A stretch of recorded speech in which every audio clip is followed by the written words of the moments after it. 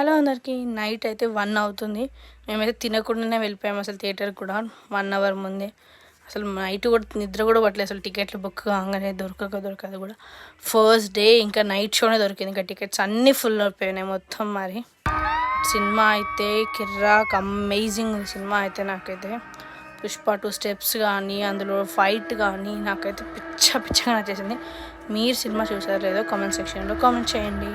Allu Arjun fans అందరూ Sarangi love symbol పెట్టేసేయండి. Ta-ta bye bye.